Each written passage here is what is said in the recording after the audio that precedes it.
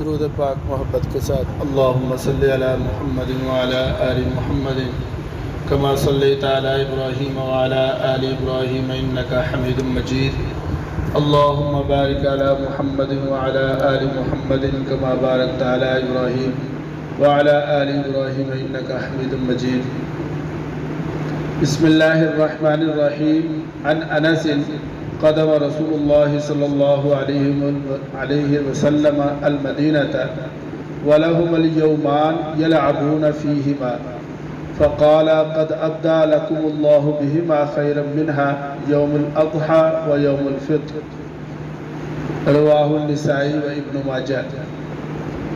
سیدنا انس بن مالک رضی اللہ تعالیٰ عنہ روایت کرتے ہیں کہ جب مسلمان اور سرکار دو عالم صلی اللہ علیہ وسلم ہجرت فرما کر مدینہ منورہ تشریف لائے، فرماتے ہیں کہ وَلَهُمَ الْيَوْمَانِ يَلْعَبُونَ فِيهِمَا، تو مدینہ منورہ میں لوگوں کے ہاں 2 دن تھے کہ ان 2 دنوں میں وہ کھیل کود کیا کرتے تھے، خوشی مناتے تھے۔ فقال، تو سرکار دو عالم صلی اللہ علیہ وسلم نے ارشاد فرمایا قد ابدا لکم اللہ بہما، فرمایا کہ اللہ تعالیٰ نے بھی تم کو 2 دن دیے ہیں لیکن ان کے 2 دنوں سے بہتر ہیں، ایک یوم الاضحیٰ اور ایک یوم الفطر۔ اس روایت کو نسائی اور ابن ماجہ شریف میں ذکر کیا گیا ہے۔ بھائی عزیز و دوستو، اللہ تعالیٰ کے ویسے تو سارا علم اللہ تعالیٰ کے پاس ہے، لیکن ہو سکتا ہے کہ کل عید ہو جائے، کل نہ ہوئی تو پرسوں تو انشاءاللہ تعالیٰ پھر پکی ہے۔ تو اس وجہ سے چند ایک عید کے احکام اور سنتیں میں نے مناسب سمجھا کہ آپ کی خدمت میں عرض کر دوں۔ پہلی بات تو یہ ہے کہ عید کو عید کسے کیوں کہتے ہیں؟ لفظ عید عود سے ہے، جس کا معنی ہوتا ہے لوٹنا۔ عید کو عید اس لیے کہا جاتا ہے کہ یہ بار بار آتی رہتی ہے لوٹ کر، یعنی 1400 سال ہو گئے تو مسلمانوں کی عید کو شروع ہوئے، ہر سال یہ آ رہی ہے، یعنی 1400 سال میں کتنے جی 1400 دفعہ یہ عید آ چکی ہے۔ یہ جو ہم آپس میں ایک دوسرے کو عید مبارک کہتے ہیں، اس کا مطلب کیا ہے؟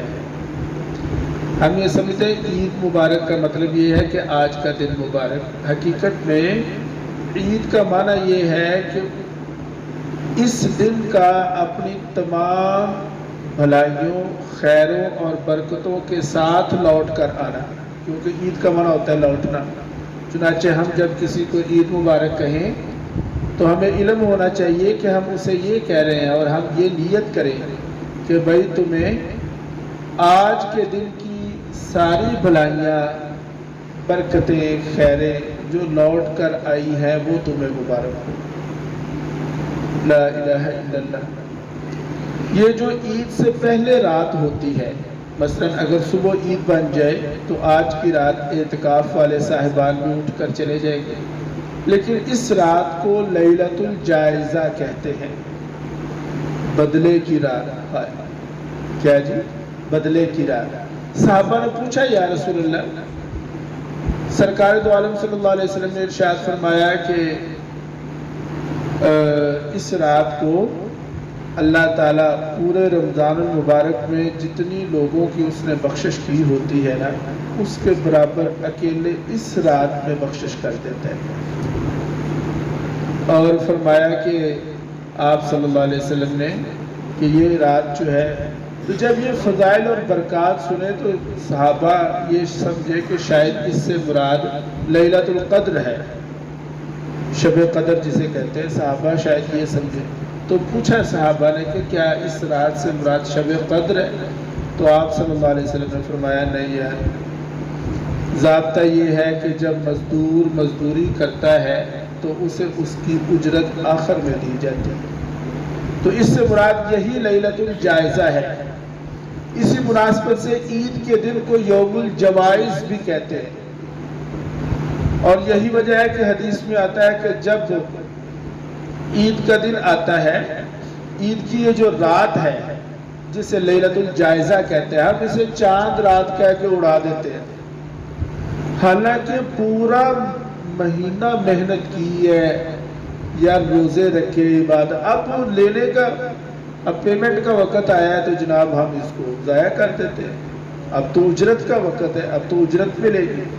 چنانچہ حدیث ہے ابن ماجہ شریف میں، فرمایا من قام لیلۃ العیدین، جس آدمی نے دونوں عیدوں کی رات کو بیداری کی، جاگا یا عبادت کی، محتسباً، ثواب کی نیت سے، اللہ تعالیٰ سے اجر کے لیے، تو فرمایا لم یمت قلبہ یوم تموت القلب، اس کا دل، اس قلبہ، اس کا دل اس دن بھی زندہ رہے گا جس دن تمام لوگوں کے دل مر جائیں گے۔ اب اندازہ کر لیں یہ لیلۃ الجائزہ کی کتنی فضیلت ہے، اور ہم اسے کھیل کود میں بالکل ضائع کر دیتے۔ عید کا دن آتا ہے تو اللہ تعالیٰ فرشتوں کو گواہ بناتا ہے بھائی، اور فرشتوں کو گواہ بنا کر کہتا ہے کہ تم گواہ رہو کہ جن لوگوں نے روزے رکھے ہیں، عبادت کی ہے، میں نے ان کو بخش دیا۔ اور دوسرا یہ کہ اللہ تعالیٰ فرماتا ہے میں نے اس کے تمام گناہوں کو نیکیوں میں بدل دیا۔ اور تیسرا یہ کہ یہ لوگ عید کی نماز پڑھ کر جب گھر واپس لوٹیں گے تو بخشے بخشائے ہو۔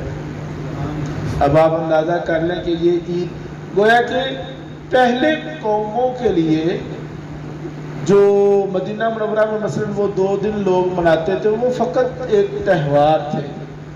آج بھی دیگر مذاہب میں یہ کرسمس اور یہ ساری چیزیں یہ فقط تہوار ہیں، یہ لوگ جو ہے اس کو سیلیبریٹ کرتے ہیں، اس موقع پر وہ جو بھی کرتے ہیں بہرحال۔ لیکن یہ ہے کہ ہمارے ہاں جو عید کے تہوار ہیں ان کو بھی عبادت کا ذریعہ بنایا گیا ہے، لیکن اس کے لیے یہ ہے ہم تھوڑا سا اہتمام کر لیں۔ وہ میں بھی عرض کرتا ہوں لا الہ الا اللہ۔ اس سلسلہ میں حضور نبی کریم صلی اللہ علیہ وسلم کی کچھ سنتے ہیں عید الفطر کے دن کی، اور کچھ اس کے آداب ہیں، وہ میں آپ کی خدمت میں عرض کرتا ہوں۔ پہلی بات یہ سمجھ لیں کہ عید جو ہے نا، عید یہ واجب ہے، سنت موقدہ اسے کہا جاتا ہے، لیکن یہ حکم کے اعتبار سے واجب ہے، یہ بھی نوٹ کریں۔ کیوں جی؟ نفل دی گل کل تو نوٹ کی تھی، عید نو لوگ سنت سمجھتے ہیں، یہ سنت نہیں، یہ واجب ہے، کیونکہ حکم ہے اس کا نا۔ میری بات آپ سمجھیں، اس کا حکم ہے، امر ہے، اور امر وجوب کے لیے آتا ہے۔ الامر للوجوب، امر جو ہوتا ہے، حکم جو ہوتا ہے وہ وجوب کے لیے آتا ہے، لہذا عید کی نماز کا پڑھنا واجب ہے۔ دوسری بات یہ ہے کہ عید کی نماز کے ساتھ متعلق ایک اور مسئلہ ہے جسے صدقۃ الفطر کہتے ہیں۔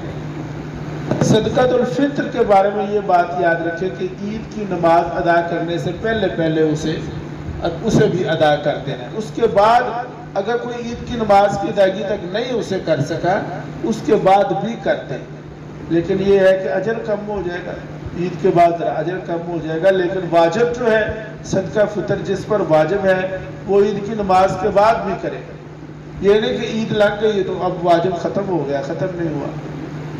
لہذا عید کی نماز سے قبل جو بچہ اس دن ہی پیدا ہوا، اس رات کو ہی طلوع فجر سے پہلے پیدا ہو گیا، اس بچے کی طرف سے بھی صدقۃ الفطر ہوگا۔ اور صدقۃ الفطر کی محتاط جو مقدار ہے وہ 250 روپے ہے، کہیں 250 بھی ہے، لیکن محتاط یہ ہے کہ 250 روپیہ فی کس کے حساب سے۔ اچھا جی توجہ کریں، 14 سنتیں ہیں عید کے دن کی۔ کتنی جی؟ 14۔ نمبر 1، مسواک سے منہ صاف کرنا۔ کیا جی؟ اچھا یہ جو ٹوتھ برش ہے اس سے ہم منہ صاف کرتے ہیں، اس سے منہ صاف ہو جائے گا، کوئی شک نہیں، اس میں اچھے پیسٹ ہیں، وہ آپ کے منہ کو ایک دفعہ بالکل ایسے کر دیں گے، 0 میٹر کر دیں گے۔ لیکن یہ ٹوتھ پیسٹ منہ کو تو صاف کرتی ہے لیکن یہ سنت کا بدل نہیں ہو سکتی۔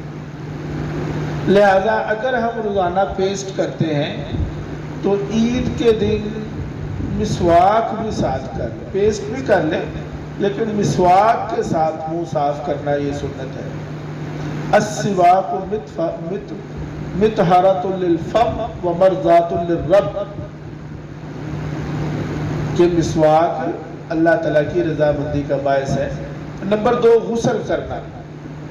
نمبر 3 عمدہ لباس پہننا، نیا پہنے، اگر نیا نہیں ہے تو کوئی نہیں لیکن صاف ستھرا دھلا، نیا پہنا شرط نہیں، وہ نوی جتی ہوئے، نوا سوٹ ہوئے، ہر چیز نیا نہیں، بلکہ کیا ہے عمدہ ہو، صاف ستھرا ہو، دھلا ہوا ہو۔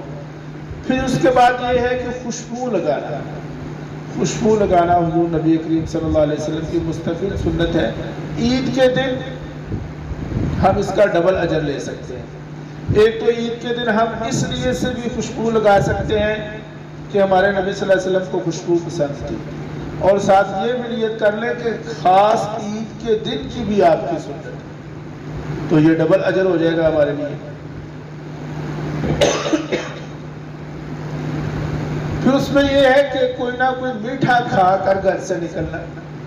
اس کا بہتر طریقہ کیا ہے کہ طاق عدد میں کوئی کھجوریں، 1 2 1 3 5 طاق عدد میں، اپنی طبیعت کے مزاج کے لحاظ سے کھجور کی بھی سنت ہے، کھجور کھانے کی بھی سنت ہے۔ سرکار دو عالم صلی اللہ علیہ وسلم کھجور کیسے تناول فرمایا کرتے تھے؟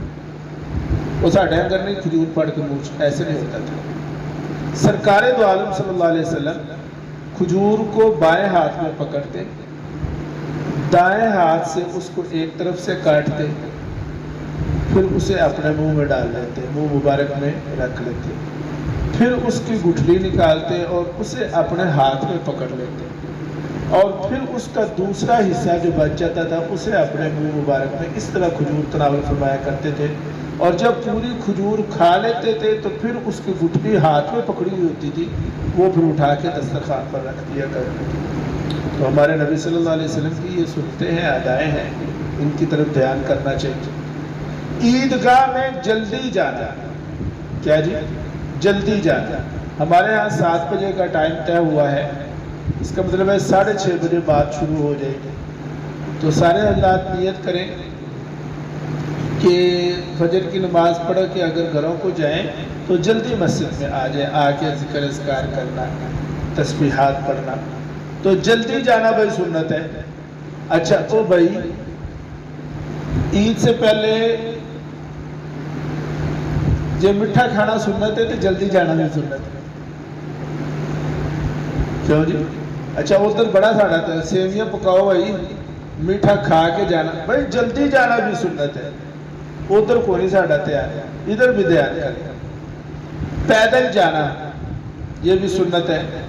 عید الاضحیٰ پڑھتے ہوئے بلند، عید الاضحیٰ کے لیے جاتے ہوئے بلند آواز سے تکبیرات کہنا، اور عید الفطر کے لیے جاتے ہوئے دھیمی مناسب آواز سے تکبیرات کہتے ہوئے جانا، یہ سنت ہے۔ اور پھر رستہ بدل کر جانا، جاتے ہوئے اور رستے سے اور آتے ہوئے اور رستے سے، اگر ایک ہی رستہ ہے تو پھر کوئی بات نہیں، لیکن اگر رستہ ہے تو رستہ بدل کر جائے۔ عید کی نماز 6 تکبیرات زائد کے ساتھ بغیر اذان بغیر اقامت کے ادا کرنی چاہیے، یہ واجب اس طرح ہے کہ اس کے لیے نہ آذان ہے نہ اقامت ہے۔ 6 زائد تکبیرات ہیں، اور وہ کیا ہے؟ پہلی رکعت میں ثنا پڑھی جائے گی، اور اس کے بعد 3 تکبیرات ہوگی زائد، پھر اس کے بعد تلاوت ہوگی، پھر دوسری رکعت میں پہلے تلاوت ہو جائے گی انشاءاللہ، پھر اس کے بعد رکوع سے پہلے 3 زائد تکبیرات ہوگی، ہاتھوں کو اٹھانا ہے، باندھنا نہیں، کانوں تک لے جانا ہے اور پھر ایسے چھوڑ دینا ہے، ہاتھ باندھنے نہیں ہے، یہ 6 زائد دونوں اس میں۔ اچھا جی، خطبہ سننا، خطبہ ہوتا ہے جمعے میں، پہلے خطبہ ہوتا ہے اور بعد میں نماز ہوتی ہے، لیکن عید میں پہلے نماز ہوگی پھر خطبہ ہوگا۔ چنانچہ خطبے میں 2 مسئلے ہیں، نمبر 1 خطبہ سننا، نمبر 2 خطبہ بیٹھ کر سننا، اپنی جگہ پر بیٹھ کر سننا، یہ دو مسئلے ہیں اس میں، لیکن حکم علیحدہ علیحدہ ہے۔ خطبے کا سننا واجب ہے، لیکن بیٹھ کر سننا واجب نہیں، سنت ہے۔ تو سنت کو بھی ہم ہلکا نہ سمجھیں، اس لیے کہ جو تارک سنت ہے وہ گناہ گار ہے۔ فرمایا جس نے میری سنت کو ترک کیا، چھوڑ دیا، کل قیامت والے دن میں وہ دی سفارش نہیں کرتا۔ ایسی سمجھنے کونی گل سنت ہے خیر ہی نہیں، اس لیے وہ سنتیں جو آپ صلی اللہ علیہ وسلم کی مؤکدات میں سے ہیں ان کا چھوڑنا سخت گناہ ہے۔ جو غیر مؤکدات ہیں ان میں چلو کوئی کبھی بغیر عذر کے ہم کر لیں، عادت ان میں بھی نہیں، ان کے ترک کی عادت نہیں بنانی چاہیے۔ تو خطبہ سننا واجب ہے، اور بیٹھے رہنا سننا، بیٹھے رہنا یہ کیا ہے جی؟ سنت ہے۔ پھر ایک سنت ہے خاموش رہنا۔ اچھا جی، ایک خاص سنت اس کی یہ ہے کہ عید کی نماز سے پہلے یا اس کے بعد کوئی نفل نہیں ہے۔ عید کے دن اشراق نہیں پڑھیں گے، عید کے دن اشراق نہیں پڑھیں گے، لہذا عید کی نماز سے پہلے اور عید کی نماز کے بعد کوئی نفل نہیں ہے۔ البتہ جب وہ پورے علاقے میں عید کی نمازیں ہو چکی ہوں تو پھر آپ چاشت وغیرہ پڑھ سکتے ہیں۔ یعنی اب آپ کو اندازہ ہو گیا کہ جگہ جگہ جہاں عید کی نمازیں ہوتی تھی وہ ہو گئی ہے، 9 بج گئے 10 بج گئے نہیں ہوتے کتنے نماز ہوئی، اب جو ہے نا آپ چاشت پڑھ سکتے ہیں۔ ورنہ جب تک یہ ہے کہ ابھی نمازیں ہو رہی ہیں تو عید کے بعد بھی کوئی نفل نہیں پڑھیں گے۔ البتہ جو شخص ادھر توجہ کرے، اگر عید کی نماز پڑھی جا رہی ہے مسجد میں، عید کا حکم یہ ہے کہ کھلے میدانوں میں عیدگاہوں میں جا کر پڑھا جائے، لیکن اگر ضرورت کی وجہ سے مسجد میں پڑھی جا رہی ہے اور کوئی شخص ایسا ہے جو ریگولر تحیت المسجد پڑھتا ہے تو اسے تحیت المسجد عید کی نماز سے پڑھنے کی اجازت ہے، وہ بھی اس صورت میں کہ اگر نماز عیدگاہ میں نہیں، اگر مسجد میں نماز پڑھی جا رہی ہے تو وہ تحیت المسجد پڑھ گا۔ اور بھائی 14ویں سنت ہے اس کی عید کی راتوں کو جاگنا، عیدین کی راتوں کو جاگنا اور اللہ تعالیٰ سے انشاءاللہ تعالیٰ عبادت کرنا۔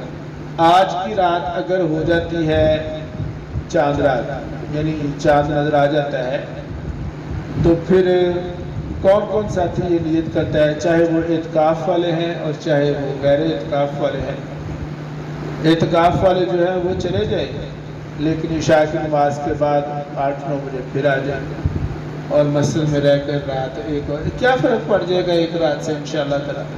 غیر اعتکاف جو ہے پورا رمضان آپ لوگوں نے گزارنی ہے، اب یہ لیلۃ الجائزہ ہے، بدلے کی رات ہے، تو سارے ساتھی نیت کرتے ہیں انشاءاللہ۔ کوئی ہے جو انشاءاللہ نیت کرتا ہے کہ مسجد میں قیام، ماشاءاللہ بڑی بات ہے، اور کوئی ایسا ساتھی بھی ہے جو یہ نیت کرتا ہے کہ صبح عید کی نماز کے لیے فوری جلدی آئے گا۔ اللہ پاک